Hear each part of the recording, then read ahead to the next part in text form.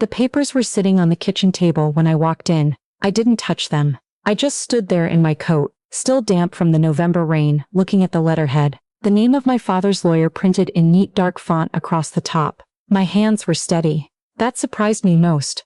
Before I tell you what happened that morning, I want to ask you something. Leave it in the comments if you feel like it.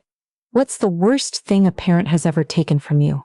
Not a thing you can hold, something else.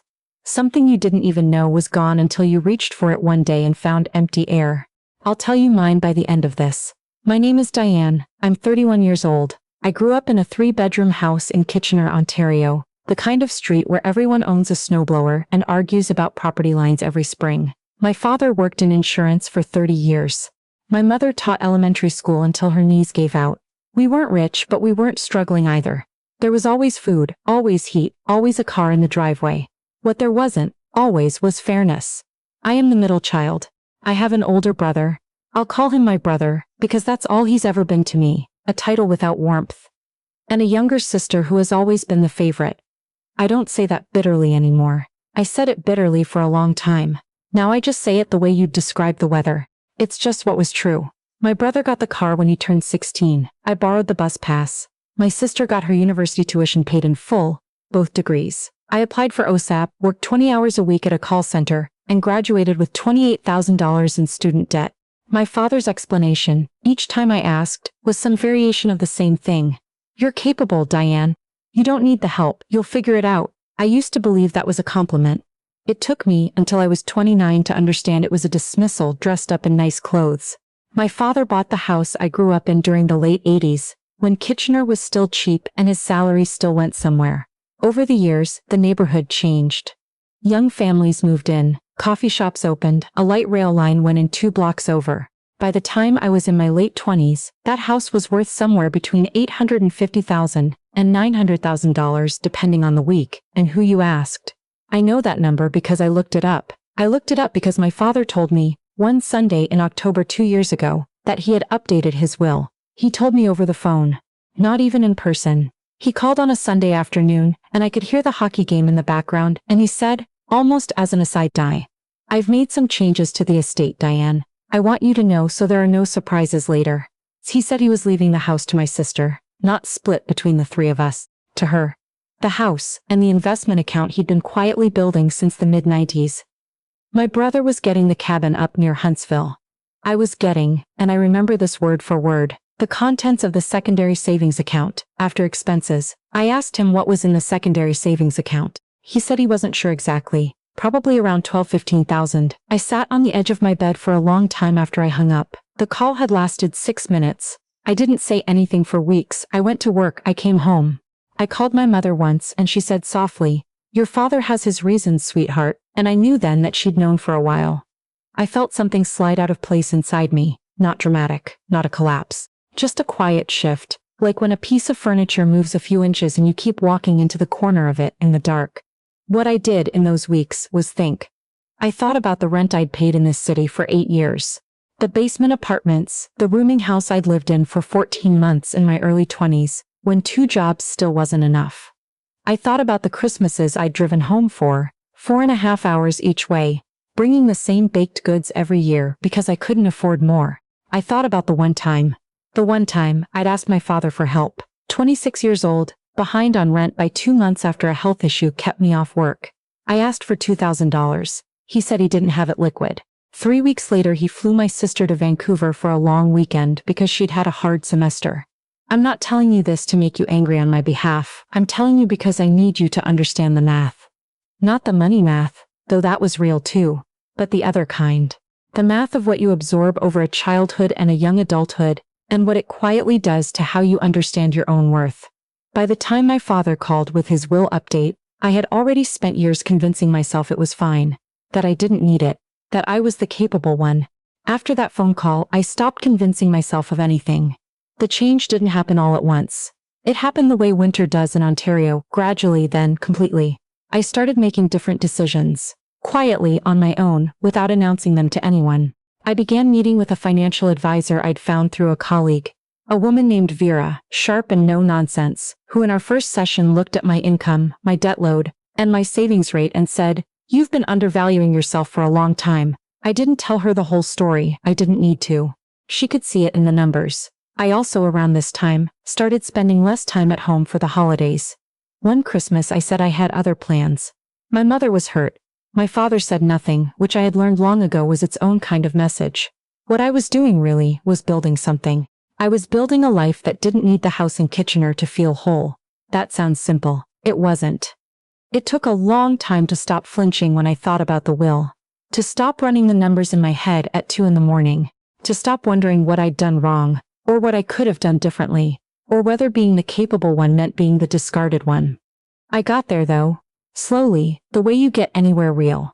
The call came on a Thursday morning in March. I was at my desk, halfway through a coffee, when my phone lit up with my father's number. He never called during work hours. I stepped into the hallway and answered. He didn't say hello. What he said was, "Diane, I need you to come home this weekend. There's something we need to talk about." I asked what it was about. He said, "The house." I drove up on Saturday, 4.5 hours, same as always. The highway north of Toronto was gray and flat, patches of old snow still gray at the edges of the fields. I listened to a podcast about bird migration for 2 hours and didn't absorb a word of it. My parents' house looked the same from the outside. The driveway had been resurfaced the previous summer. My sister had sent photos when my father paid for it. I sat in the car for a minute before going in. My father was at the kitchen table.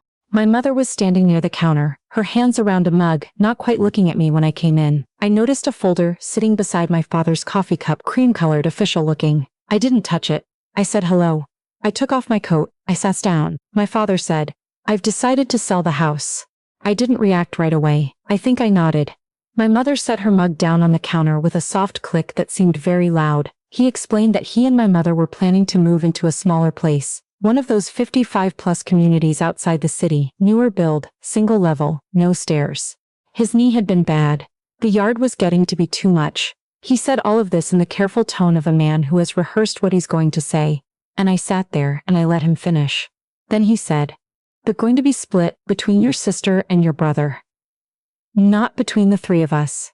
I want to make sure you heard that. Between your sister and your brother." He cleared his throat. He said, "You've always been the independent one, Diane. You've built your own path. The other two needed more of a foundation." My mother said my name softly, like a warning. I looked at my father for a long time. He was looking at the folder beside his coffee cup. I said, "How long have you been planning this?" He said, "We've been talking about it for a while." I said, "When were you going to tell me?" He said, "I'm telling you now." And then, "This is the part I've thought about many times since," he said. "You understand, don't you? You've always understood." That was the moment. I recognized it while it was happening. That was the moment I had spent 31 years being trained toward. The expectation that I would nod. That I would say yes, of course I understand, I'm the capable one. I don't need it, I'll figure it out. I looked at him. And I said. He blinked. I don't think he'd heard that from me before. "Not really." I said. "No, I don't understand, I think I need to go." He started to say something. My mother said my name again. I stood up, picked up my coat from the chair, and I walked out. I sat in my car in the driveway for about 10 minutes. It was cold. The heat takes a while to kick in on that car. It's a 2019, and something's always been a little slow about the front vents. I watched the street. 2 kids were cycling past on the sidewalk, bundled up in bright jackets. A dog was pulling its owner toward a snowbank with great urgency. I wasn't crying. I want to be honest about that, because people always expect tears in these moments. And I think I had already done most of that crying in the years before. What I felt was something quieter, like the last page of a chapter you've been reading for a long time. I drove back to Waterloo that night. I did not stay for dinner. What happened next took about 3 weeks. I called a lawyer, someone who had been recommended to me through a coworker's divorce, and I explained my situation. I wasn't looking to contest the will or make a legal claim on the house. I want to be clear about that. What I was looking for was information. What I wanted to know was what I was actually entitled to, and what I wasn't, and what I could do for myself. She was very straightforward. She walked me through the situation, outlined my options, charged me $200 for a 1-hour consultation, and told me that sometimes clarity is the most valuable thing you can buy. She was right. I left that meeting knowing something I hadn't known before. Not a legal loophole, not a weapon. Just a clear picture of my own position. What I had, what I'd built, and what was mine was enough. What I had at 31 without the house and without the inheritance and without any of it Was this a steady job in project coordination at a mid-sized tech company in Waterloo? An RRSP I'd been contributing to since I was 24, small amounts at first, then more as my salary grew. A TFSA that Vera had helped me reorganize the previous fall into something that was actually working. A one-bedroom apartment that I'd furnished slowly over 4 years, piece by piece, buying real furniture instead of the particle board kind for the first time in my life. A circle of friends who knew my name and showed up when things were hard. I had my own foundation. I'd just never called it that. My father called me twice in those 3 weeks. I let both calls go to voicemail. The first message was brief. Something about hoping we could talk, that he hadn't meant for it to come across the way it did. The second one was longer. He said he knew it wasn't easy to hear. He said he hoped I could see it from their perspective. I listened to both of them once, sitting on my kitchen floor, with my back against the cupboards, which is where I go when things are heavy. I didn't call back, not because I was punishing him, because I didn't have anything to say yet that I wouldn't regret. The house sold in April. Fast, the way everything sells in Southern Ontario right now.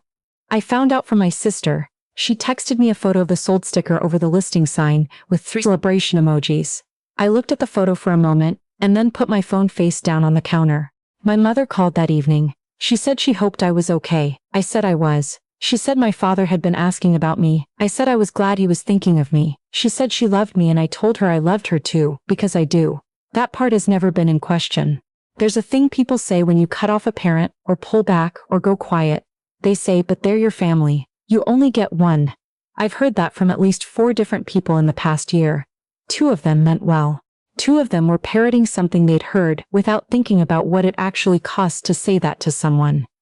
What I want to tell those people, and what I'm telling you now, is that family is not a blank check. The fact that someone brought you into the world does not mean they can spend your whole life making withdrawals from you without consequence. I am not estranged from my father. We spoke at Easter, stiffly, over a roast chicken at my mother's new apartment in the retirement community. He told me about the amenities. I told him about a project at work. We did not discuss the house.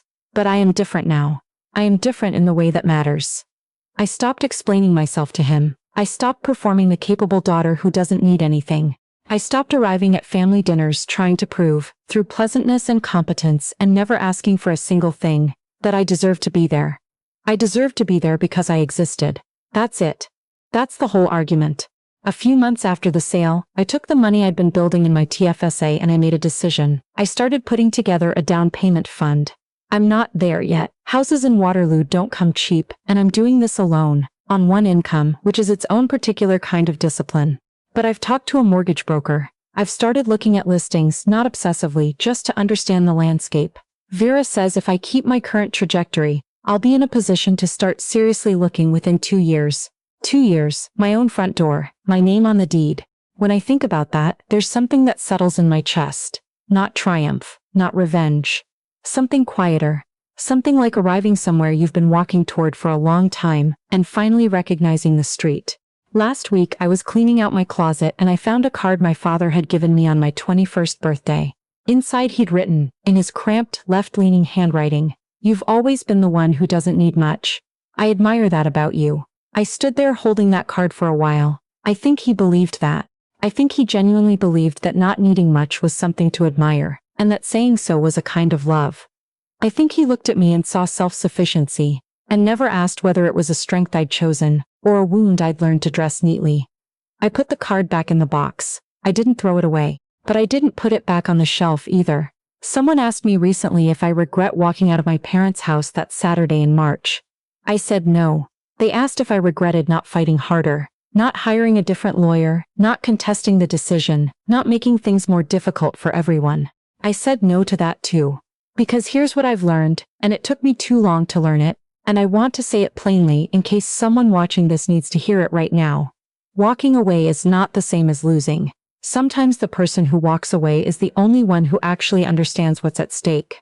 Sometimes the house, the real one, the one that matters, was never the building on the street in Kitchener with the resurfaced driveway and the neighbor who argues about property lines every spring.